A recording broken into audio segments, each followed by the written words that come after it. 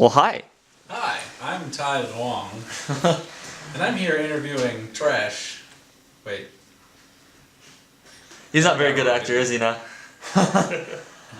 So what are you drinking? beer. What kind of beer? It's a left-hand milk stout. A left-hand milk stout. Yeah, left-hand brewery. Left-hand brewery. I heard Andrew just take a drink of that, I think, and he loved it. He said it was delicious. So No, he said it was tasty. It was That's tasty. because it is delicious. I think that's the highest honor Just Andrew can synonymous with bestow on tasty. anything. Tasty. I think it's... Give me more credit than that, Ty. Please. Okay. Just kidding. Would you Just like to kidding. try I love some? you, baby. No. It's tasty. Nothing. Alright, so... Tell me how you fell into the role of Carl. Well, you were like, hey, do you want to make us a logo? And I was like, I don't have time to deal with your shit this weekend. And then Drew was like, they're looking for actors. And I was like, I've always kind of wanted to try acting. So I came over and I was like, do you guys need an actor? And you were like, okay, you can be one of the main characters. So, are you saying that you wouldn't help me move, but you would come to my party? I'd help you move. I just didn't really feel like doing graphic design this weekend. Alright, sounds good. So what did you ditch in order to be in this movie? Actually, I am moving, in the process of moving, and like freelance business and other stuff. Yeah, I was hoping to get a bunch of. I'm in the process of moving and sorting out all my own stuff, and I was hoping to get a bunch of that done this weekend, but I decided screw it. This seemed more fun. And was it more fun? Yeah, I'd say so. I had a blast. It was Yeah. great. So I'm kind of hesitant right there. What? No, that wasn't hesitant. That was trying to find the proper words to capture my sincerity and spirit. So you had a blast. Would you say that was that all at all tempered by any stress or maybe confusion or whatever? Because you were just thrown into this mix, I believe, practically 5 minutes after we had found out our genre on Friday. Yeah, no, that's what I sort of expect out of this type of thing. So that doesn't bother me at all. And- Like, I've done a couple 48-hour, like, helped sort of like Drew, remotely on 48-hour stuff and helping out with running conventions and things like that. That's just sort of the way I work. I like it better that way almost. Kind of spur of the moment kind of thing. Yeah. So Yeah. Chaos. It's fun. do you think that you're suited for 48-hour type work? Yeah. Yeah, because like longer term stuff, I have a very short attention span, and I like to jump from project to project. So the non-stop adrenaline of the 48 is really my comfort zone, I love just being in the middle of a situation that's sort of like insane, and normally I'm the insane one, and then I like getting into crazy situations and then just sort of being chill while everything's exploding around me. Cool. How do you think you did? I guess I did pretty well. Like as far as the acting, or just... Yeah, as far as the acting... I think I did okay. I mean, that's what people have said. It's really hard to judge, like, your own acting. I think I did better than I thought I would, which is really cool. Cool. I've been hearing from everybody else that they all thought that you did a really good job playing the role of Carl. Did you kind of... I know you said that you've always wanted to kind of act, but I don't think you really ever have. I think that's what you said to me before. When you played Carl, did you take a part of yourself and bring it out? Or did you kind of just channel a new entity? I mean, how did you get into the role of Carl? Yeah, I think a little of both. Probably a certain amount of bringing some of myself out. It was a fairly simple character to play because he's just sort of catatonic, but I've certainly spent my time being sort of, catatonic and or sleepy and or, depressed or whatever, so I don't think it wasn't that. It wasn't a reach. it wasn't too much of a reach for me. I don't think. I don't know. I'm sort of an empathetic type of person, so it's kind of hard to tell the difference sometimes between like my emotions and then like emotions that I'm sort of feeling through other people. But I don't think it was too much of a reach. Cool. And as like a newish actor, were you worried at all about hamming it up, quote unquote?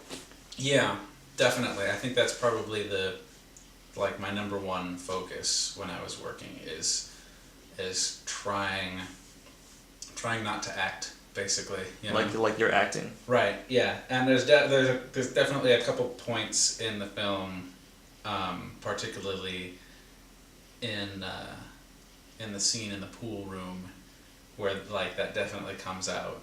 And some of it's just like, I know Nikki mentioned it while we were filming, and I think that the take that they took was probably from an earlier take before I had sort of fixed that or something like that. But I have a tendency to talk with my hands as it is, and then there was a part where I start gesturing a lot, and I think that, as you put it, made it seem a bit more theatrical. And People who didn't wouldn't really know- fit the character as much, especially if they don't know me and the Yeah. fact that I'm constantly always doing this. Then they would maybe interpret it as you hamming it up or Yeah. you trying to overact Right. the. Do you think that you, because of this experience, and you said you had a lot of fun, do you think that you would want to to maybe pursue acting not as professionally but on a more regular basis? Yeah, I think so. Have you caught the bug, Uh, so to say? It's hard to tell because I have so many hobbies and I'm just interested in everything, you know. So if there's a bug to catch, I'll probably catch it at some point. But I think more that it helped me get, like, it's always something that I've wanted to try as a sort of personal challenge to myself, because I used to be really introverted, self-conscious and stuff. I've always been confident that I had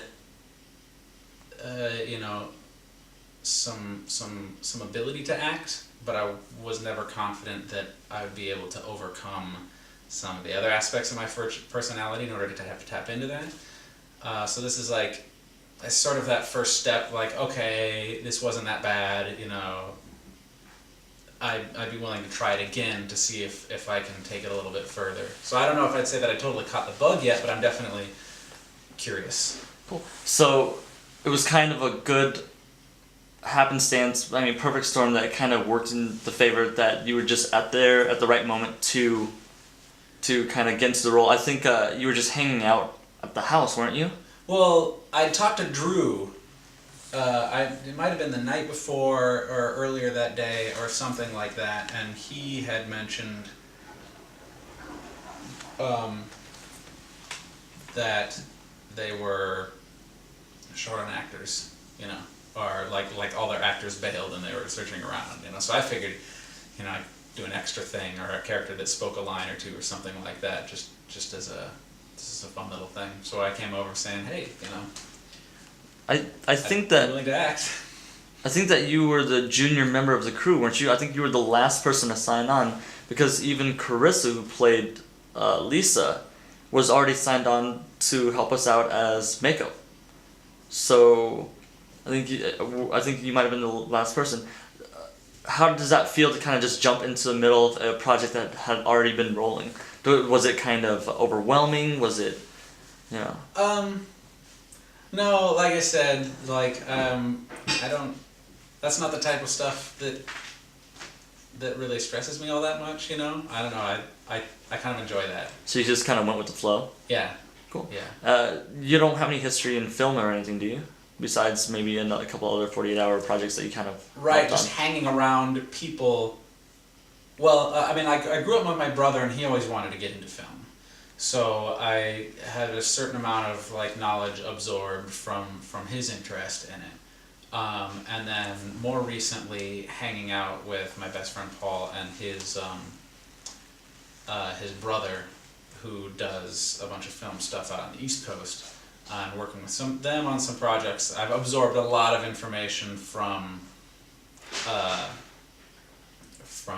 just hanging around with those guys and working on projects with that. So I thought it was kind of interesting that me being the person with no like film school experience or no film experience and never having acted and stuff like that, but being like one of the two guys that's ever on the crew that's ever worked on a 48, like bringing that experience to it as the new guy was sort of odd. Cool. Did you at all feel kind of maybe, maybe not overwhelmed, but I don't know, at a place with so many people that did have sort of a background in film in general, maybe not necessarily 48-hour film project? No, mostly it was just really interesting.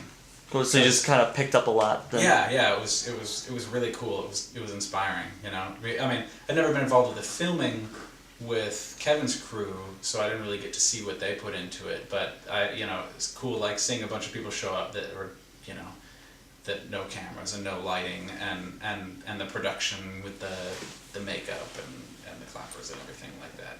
Cool. If there was one thing you could change about this weekend, what would you have changed? About anything? Oh, jeez. I can't think of anything right at the moment, so that would be a pretty good call. I mean, I suppose that would change the fact that we didn't get the render that we wanted submitted. You know, I mean that's a bummer. Other than that, I think for a crew that has never done a 48 before, I think it was a fantastic showing by everything.